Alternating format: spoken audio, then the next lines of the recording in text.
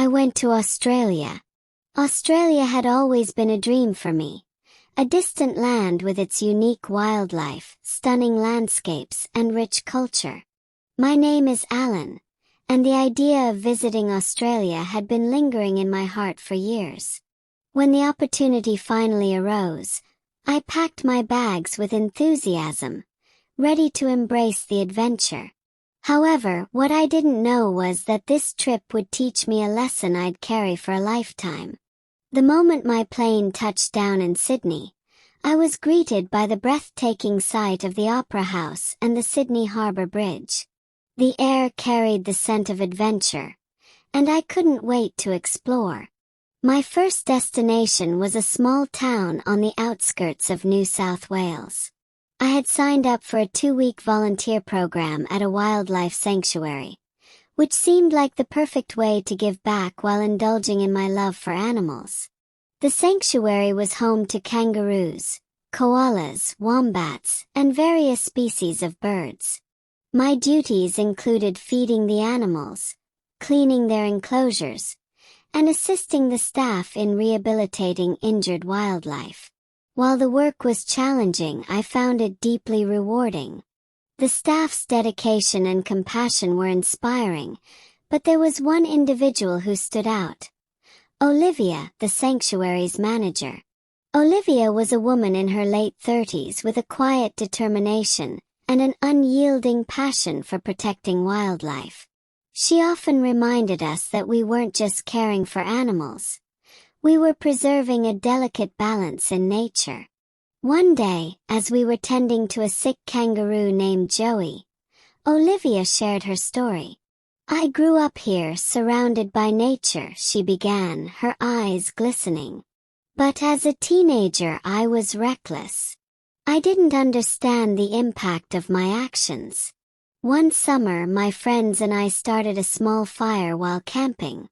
We thought it was harmless fun, but it quickly spread, devastating acres of forest and displacing countless animals.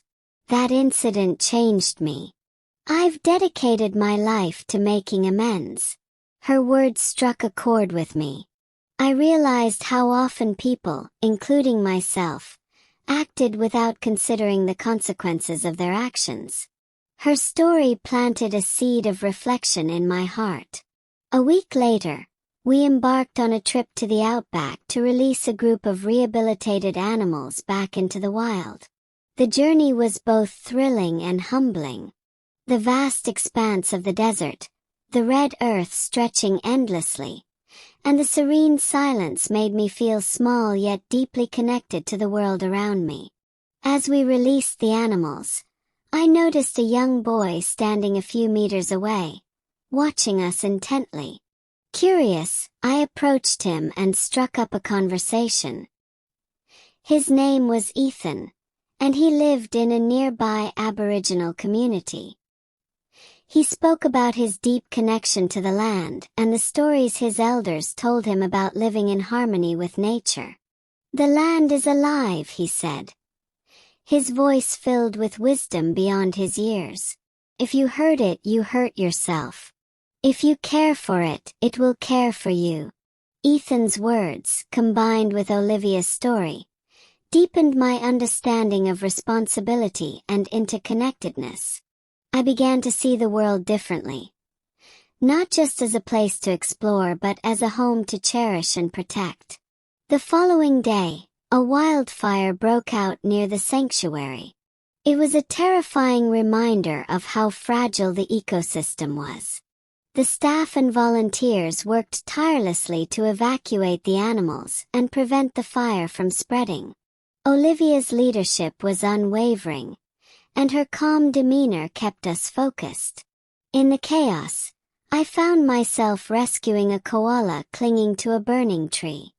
The smoke was suffocating, and my heart pounded as I climbed up to reach it. When I finally brought the koala to safety, I felt an overwhelming sense of gratitude, not just for saving a life but for the chance to be part of something greater than myself. The fire was eventually contained, but the damage was significant. Trees were charred, habitats destroyed, and the sanctuary faced a long road to recovery. Despite the devastation, there was a sense of hope. The community rallied together, offering support and resources to rebuild. As my time in Australia came to an end, I reflected on the experiences that had shaped my journey.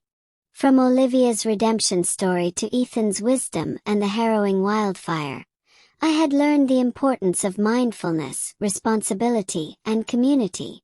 When I returned home, I carried those lessons with me. I became more conscious of my actions, striving to reduce my carbon footprint and advocate for environmental conservation. I started volunteering at a local wildlife center and sharing my experiences to inspire others. My trip to Australia was more than an adventure. It was a transformative journey. It taught me that every choice we make, no matter how small, has a ripple effect. By choosing kindness, responsibility, and stewardship, we can create a better world. For ourselves, for others, and for the generations to come.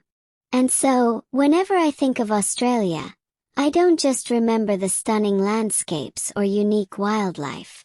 I remember the lessons, the people, and the sense of purpose it ignited within me. A purpose to live mindfully and make a difference. Every action we take has consequences, and we have a responsibility to act with care and consideration for the world around us. By embracing mindfulness and compassion, we can create a positive impact, preserving the beauty and balance of nature for future generations.